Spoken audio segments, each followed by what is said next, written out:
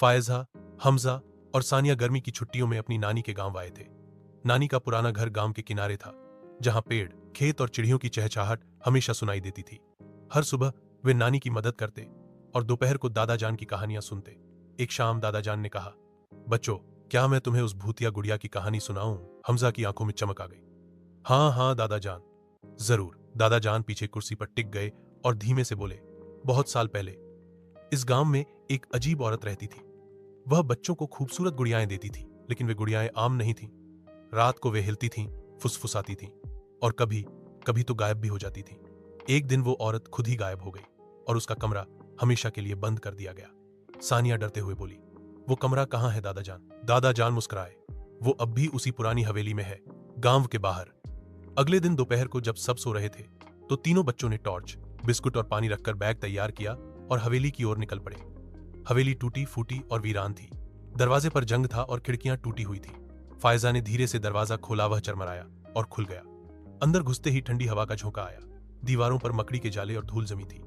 अचानक सानिया चिल्लाई, देखो गुड़िया! एक खूबसूरत लेकिन डरावनी गुड़िया मेज पर बैठी थी, जिसकी कांच जैसी आंखें सीधे उन्हें घूर रही थी। हमजा बोला, चलो इसे उठाते हैं। फायजा ने तुरंत मना किया।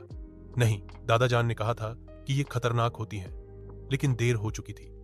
गुड़िया अचानक गायब हो गई। उस रात सानिया बार बार जाग रही थी।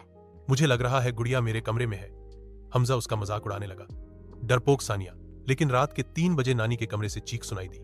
सब दौड़ते हुए पहुंचे और देखा कि नानी बेहोश थीं और उनके हाथों पर छोटे छोटे नाखूनों के निशान थे। दादा जान बोले, वो गुड़िया वापस आ गई है। फायजा ने सब कुछ बताया जो उन्होंने देखा। दादा जान ने एक पुरानी किताब निकाली। इसमें वो मंत्र है जिससे गुड़िया को बंद किया जा सकता है, लेकिन मंत्र हवेली में ही पढ़ना होगा और गुड़िया के चारों ओर लाल धागा बांधना होगा। उस रात बच्चे और दादा जान फिर से हवेली पहुंचे। गुड़िया हवा में तैर रही थी और अजीब सी मुस्कान दे रही थी। दादा जान मंत्र पढ़ने लगे। फायजा और हमजा ने गुड़िया के चारों ओर लाल धागा बांधना शुरू किया। कमरा हिलने लगा। दरवाजे खुद खुद बंद हो गए और लाइट चली गई। सानिया रोने लगी। हम बाहर कैसे जाएंगे? दादा जान बोले, मंत्र पढ़ते रहो। जैसे ही मंत्र पूरा हुआ, गुड़िया चिल्लाई, जमीन पर गिरी और राख बन गई। दरवाजा खुल गया और सब कुछ शांत हो गया। अगली सुबह नानी को होश आ गया और वो बिल्कुल ठीक थी। गांव के लोग हैरान थे कि हवेली से डरावनी आवाजें आनी क्यों बंद हो गईं। दादा जान मुस्कुराए।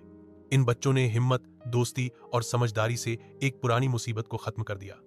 फायजा, हमजा और सानिया ने एक दूसरे को देखा और हंस दिए। लेकिन उस रात फायजा को अपने तकिए के नीचे एक कागज मिला, जिस पर लिखा था, मैं फिर वापस आऊं।